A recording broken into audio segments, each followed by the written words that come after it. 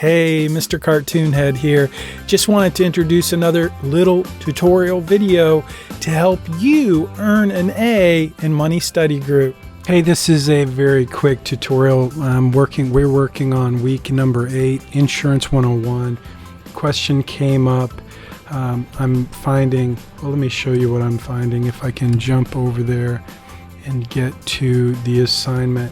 So this is what I'm finding is some students are having difficulty adding the annual premium. Most students are just missing it. This student actually let me know they couldn't change the amount. So I wanted to do this quick tutorial just to show you how that works. So let me jump back in if I can and show you how that works.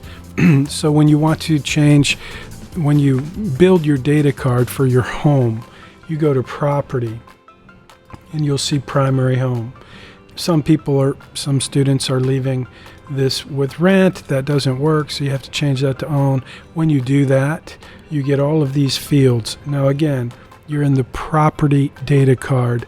That's where you enter the expenses for the home that you purchased.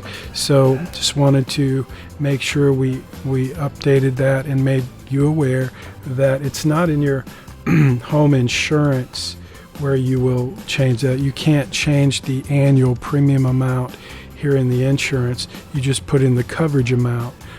But in the property where you have your primary home, that's where you can add all of the expenses related to your home, including insurance.